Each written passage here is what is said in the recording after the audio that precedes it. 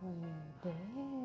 Worth it nga bang mag-invest at bumili ng mga condo units na malapit sa Bay Area or yung tinatawag nilang waterfront residences? In this video, aalamin natin ang mga dahilan kung bakit sulit na maging investment ang SMDC Sands Residences.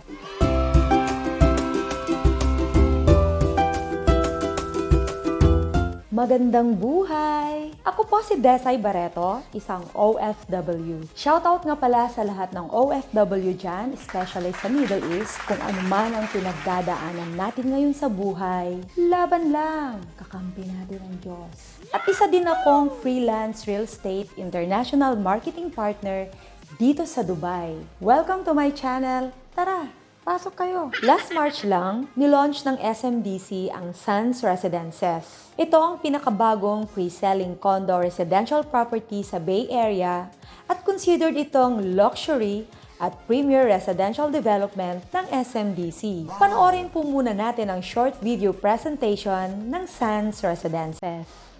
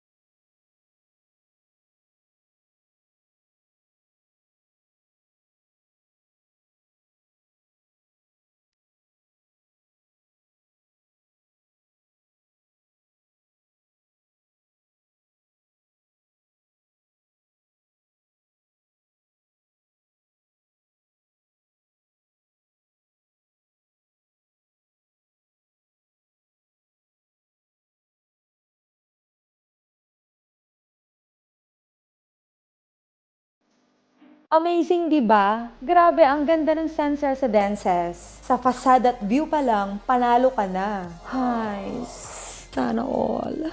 Let's get to the three main reasons bakit nga ba considered ito as one of the most promising investments in terms of property appreciation and as condo rental business. Number 1, Manila is the third richest city in the Philippines in 2019, according to the Commission on Audit's Annual Financial Report for Local Government with a total asset of 64.8 billion pesos. Sa lahat ng mga previous videos ko, lagi kong binabanggit ang kahalagahan ng location in terms of property investment. So, knowing na ang Manila ay isa sa pinakamayamang lungsod sa Pilipinas, more than 100% sure na tataas ang value ng investment mo. Kung nagustuhan ninyo ang reason number 1, please do like, subscribe, and hit the notification bell para makatulong ito sa pag-grow ng aking channel. One thing more guys, kung nais nyong malaman yung mga additional tips, pros and cons ng condo investing, you can check out my previous videos. Kung nais nyo ding malaman kung saan nag-i-invest si Mr. Chinkitan at mga Pinoy billionaires, you can also watch it here. Reason number 2. Out of the 5 recently approved reclamation projects by the Philippine Reclamation Authority, 2 of them are located in Manila Bay. Namely,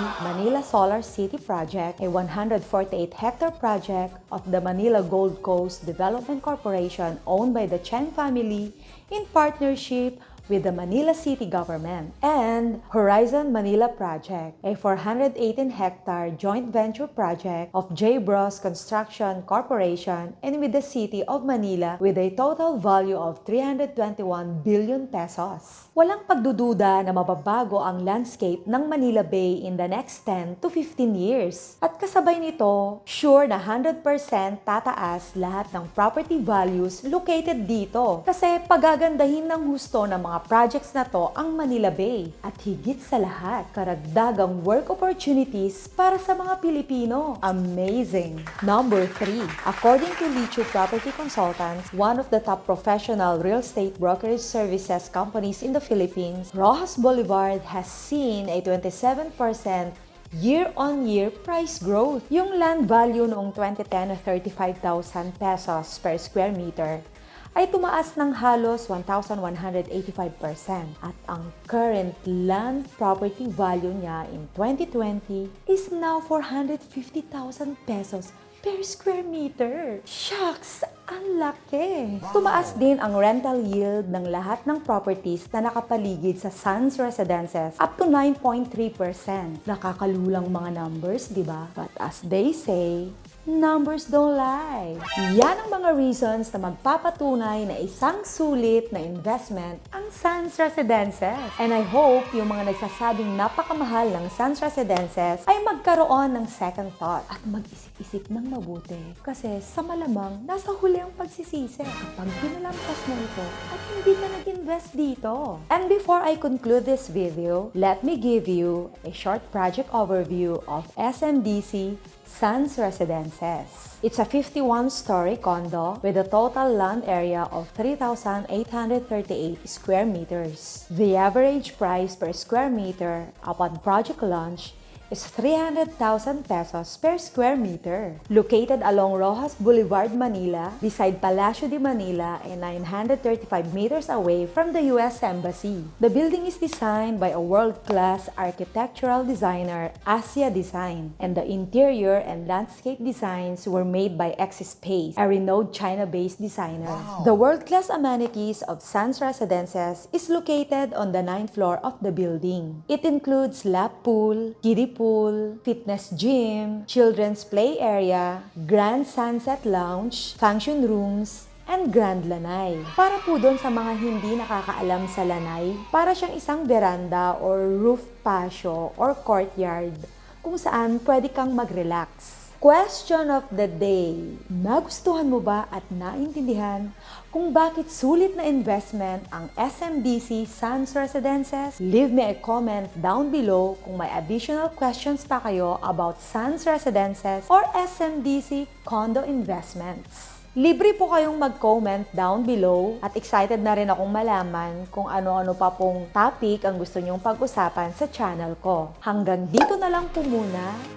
And be sure to like, subscribe, and hit the notification bell kasi this helps grow the channel. At kung meron kayong mga urgent questions or want to know more about Sands Residences, condo investing, or real estate investments, I will leave in the description down below my social media link where you can directly get in touch with me. And please do share this video to your family, friends, and loved ones para sa mga interesado na mag-invest sa Sands Residences. Happy investing! Keep safe always and God bless. See you in my next video. Bye-bye!